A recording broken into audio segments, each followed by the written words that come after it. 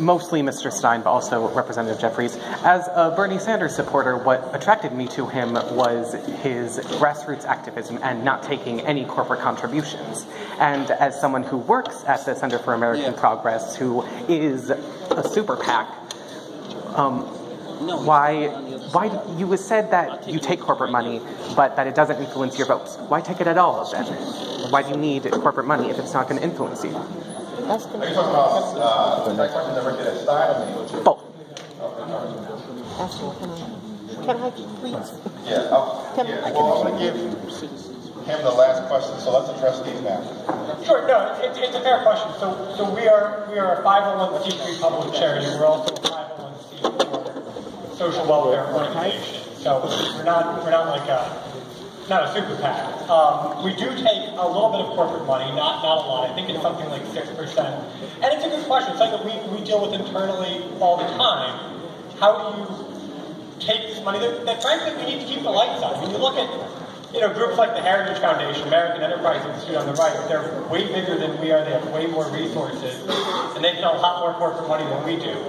And we do our best to keep the lights on with that. We talk about that all the time, and I think it's the same as the conference said with donors. You do your best to.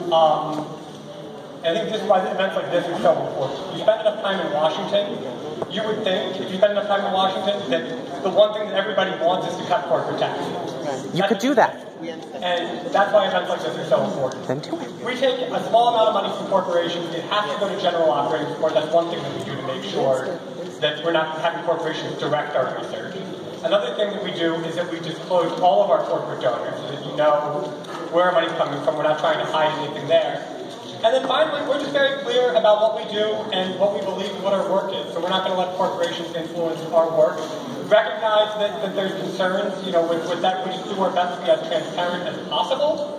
And we know what our mission and our values are. And if we can get support for that, that's great. But we're not going to change what we say just to get support for that. And let me say, there's no more important progressive advocacy organization. The right has the Heritage Foundation, the left has the Center for American Progress.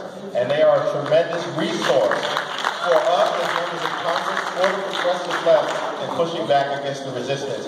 In terms of the question about fundraising, I think I largely answered it, but I will just say, the majority of my contributions are from individual donors across the city and beyond.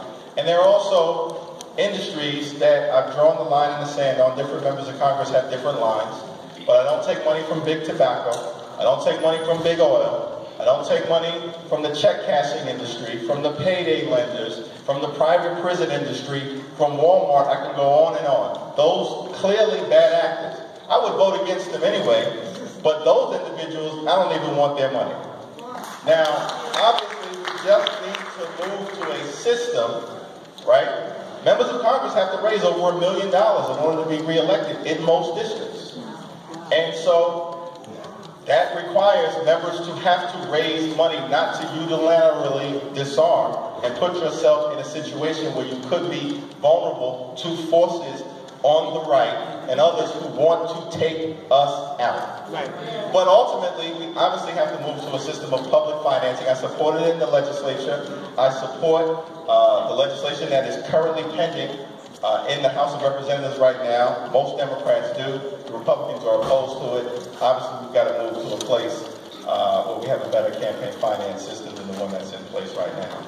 On fracking, to the extent that the votes that have come up on fracking, either in the Assembly or in Congress, have come up, I've always stood on the side of opposing fracking. I will continue to do so. Before we get this young man